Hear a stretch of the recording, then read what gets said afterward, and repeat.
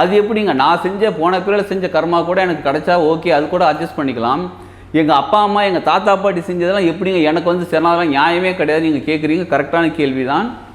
இப்போ உங்ககிட்ட திரும்பி ஒரு கேள்வி கேட்குறேன். உங்கள் அப்பா அம்மா உங்கள் தாத்தா பாட்டியோட சொத்து உங்களுக்கு கிடைச்சா சந்தோஷமா? சந்தோஷம் தானே.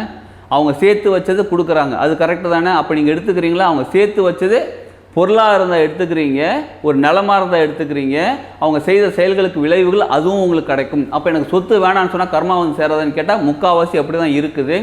சொத்தே வேணாம் எனக்கு, நான் என்னோடய சொத்து சொந்த சம்பாதித்தில் நான் வாழ்ந்துக்கிறேன்னு சொன்னால் கர்மா அதிகமாக வந்து பாதிக்கிறது இல்லை. யார்? முன்னோர்களோட கர்மா மட்டும். நம்ம ஏற்கனவே செஞ்ச கர்மா நமக்கு வந்து பாதிக்க தான் செய்யும். ஆனால் இப்போ நம்ம அப்படியா இருக்கிறோம்? ஒரு 10 கோடி ரூபாய் சொத்து இருக்குது, நம்ம பரம்பரை சொத்து இருக்குன்னா, ஒரு அண்ணன் தம்பி 2 பேர் இருக்காங்கன்னா எப்படி இன்னொருத்தரை ஏமாற்றலாம், அண்ணன் சொத்தையும் எப்படி நம்ம அபகரிக்கலாம் நம்ம நினைக்கும் போது அவங்களுக்கு முழு கர்மா வந்து சேரும்.